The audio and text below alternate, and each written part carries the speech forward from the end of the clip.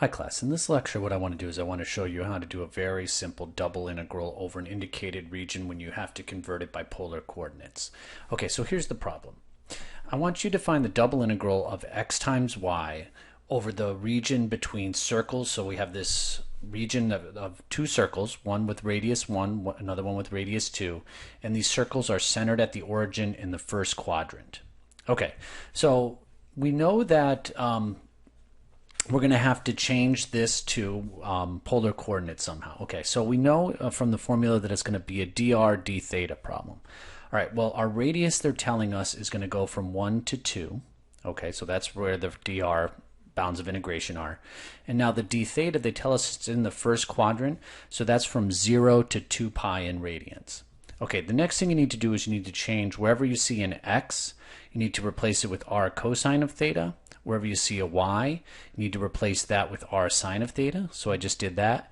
And then the formula has this extra r here. So this xy ends up just being r cosine of theta, r sine of theta, and then my dA here gets replaced with r dr d theta. Okay, so now let's just clean this up a little bit. I'm going to have to figure out how to evaluate this integral here. So you're going to have to recall, like when you look at this and I want to get rid of this like cosine of theta, sine of theta here, there's an easy way to do this using the double angle formula. So just recall that cosine of theta, sine of theta is the same thing as 1/2 of sine of 2 theta. So now this just becomes 1/2 r gets me r cubed sine of 2 theta. Okay, piece of cake from here now.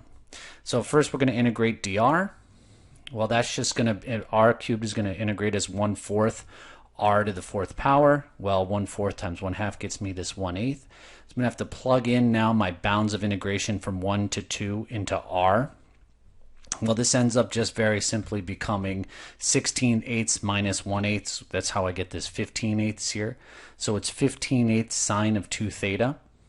Okay, now I just need to integrate this sine of 2 theta. That's also pretty straightforward. That integrates as minus 1/2 cosine of 2 theta. The 1/2 times the 8 down here gets me the 16. I need to evaluate with my bounds of integration here. So I'm going to plug 1/2 into this.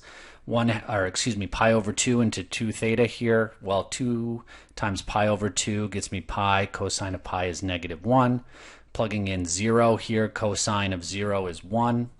And you end up just getting, watch out for the negatives here because there's a lot of negatives here that are going to turn into positive. This negative times -1 gets me a positive. This negative, the subtraction times this negative here gets me a positive. And it ends up just becoming 30/16, which reduces to just 15/8. And now, the actual integration and calculus part wasn't necessarily hard for this. Really what was hard about this problem was just setting it up, and then maybe once I get to the trig integral, you could actually solve this with a u substitution if you wanted to, but I decided just to keep it to switch it to a double angle formula. All right, class, I hope this helped for you.